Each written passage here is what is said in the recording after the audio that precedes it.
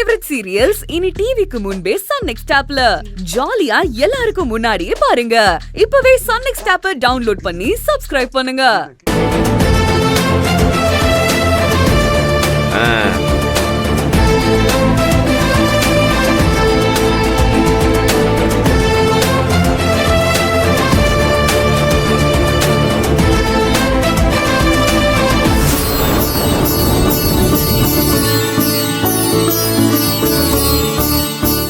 ரொம்ப சந்தோஷம்.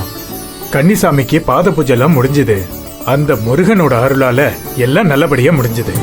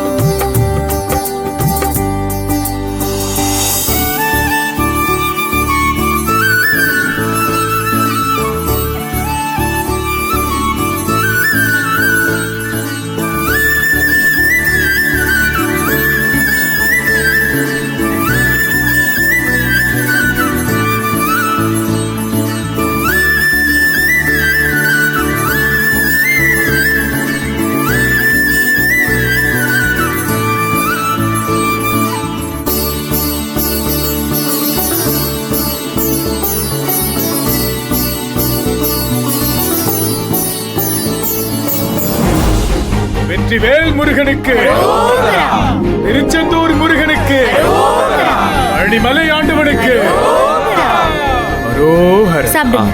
எல்லாரும் சாப்பிடுங்க. நல்லா சாப்பிடுங்க.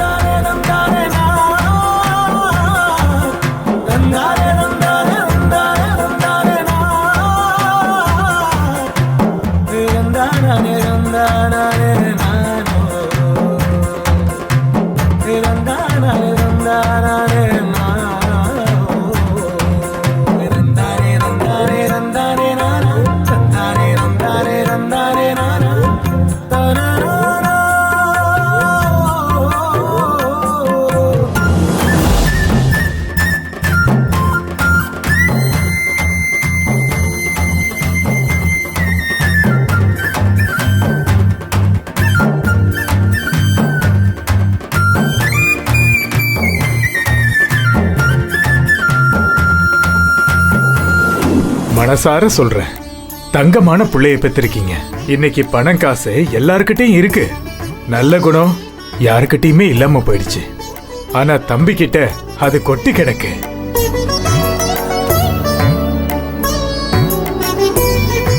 மனுஷனை மனுஷனா பாக்குற பண்பு இருக்கு. யாரையும் ஒதுக்கி வைக்காம, யாரையும் ஏளனமா பார்க்காம, தன்னை பெருசா நினைக்காம, எல்லாரும் ஒண்ணு, எல்லாரும் சமம்னு பாக்குற குணம் இருக்கு. அவருக்கு நம்ம முப்பாட்ட முருகன் எல்லா வளத்தையும், நீடிச்ச ஆயுளையும், உடல் ஆரோக்கியத்தையும் தரணும்னு நான் மனசார வேண்டிக்கிறேன். ரொம்ப நன்றிங்க ஐயா. நன்றிங்க ஐயா. ஐயா, நாங்கெல்லாம் கோயில் வாசல்ல பிச்சை எடுக்கிறோங்க ஐயா. எங்களெல்லாம் யாரும் மனுஷனா கூட மதிக்கிறது இல்ல. எங்களை இவ்வளவு பெரிய பங்களாக்குள்ள கூட்டு வந்து விதவிதமான சாப்பாடு எங்க வயிறு நிறைய போட்டு எங்க பசியை ஆத்திட்டீங்க ஐயா. எங்களுக்கெல்லாம் இப்படி ஒரு பிள்ளை இருந்தா நாங்களாம் ஐயா தெருவுல வந்து பிச்சை எடுக்கிறோம். ஐயா, நாங்க உங்க வீட்டு காம்பவுண்டு சவுத்துக்கு வெளியே நின்னா கூட எங்களை அடிச்சு துரத்திடுவாங்க ஐயா. எங்களை எல்லாம் மதிச்சு உள்ள வர வச்சு மரியாதை செஞ்சிருக்கீங்க சார். நீங்களும் உங்க குடும்பமும் 100 வருஷத்தை தாண்டி நல்லா இருக்கணும் ஐயா. நல்லா இருக்கணும் ஐயா. நாங்க வரோம் ஐயா. வாங்கப்பா. வாங்கடா, போயிட்டு வாங்க. ஒரு அருமையான சாப்பாடு.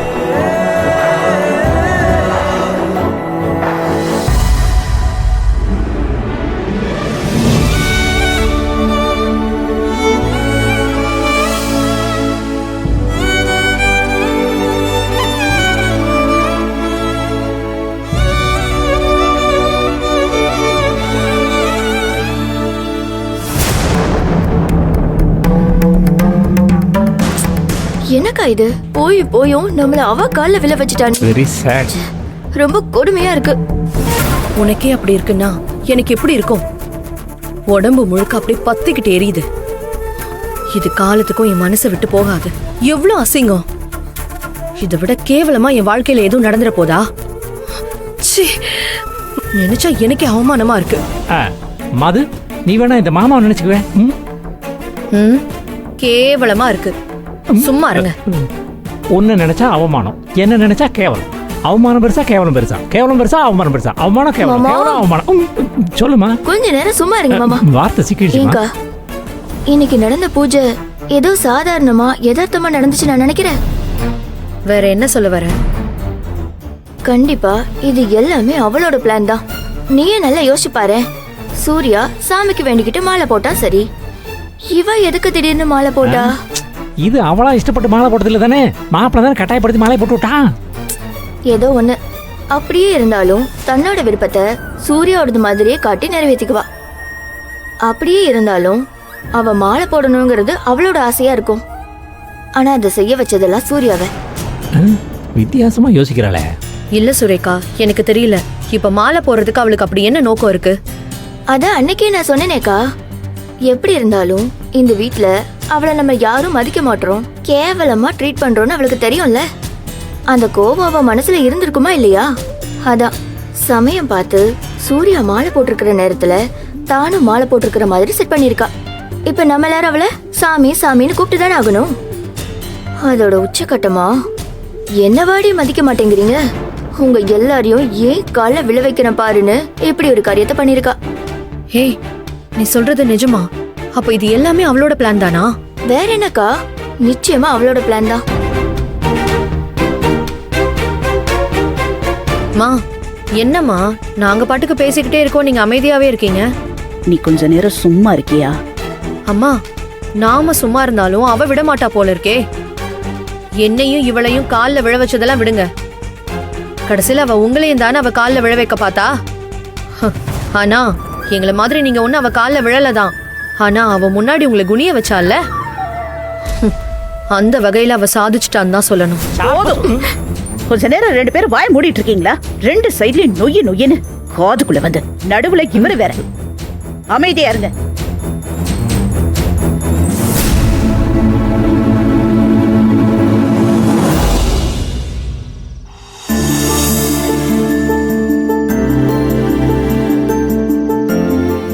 டாடி, டாடி என்னாச்சு? ஏன் கண்ணெல்லாம் கலங்கி இருக்கு? இல்லடா, எத்தனையோ நாள் உன்னுடைய வாழ்க்கை வீணா போயிடுமோன்னு ஒத்தையில நின்று நான் அழுதுருக்கேன்டா. ஆனா இப்போ உன்னை நினைச்சு சந்தோஷத்துல அழுறேன்டா. இது ஆனந்த கண்ணீரடா.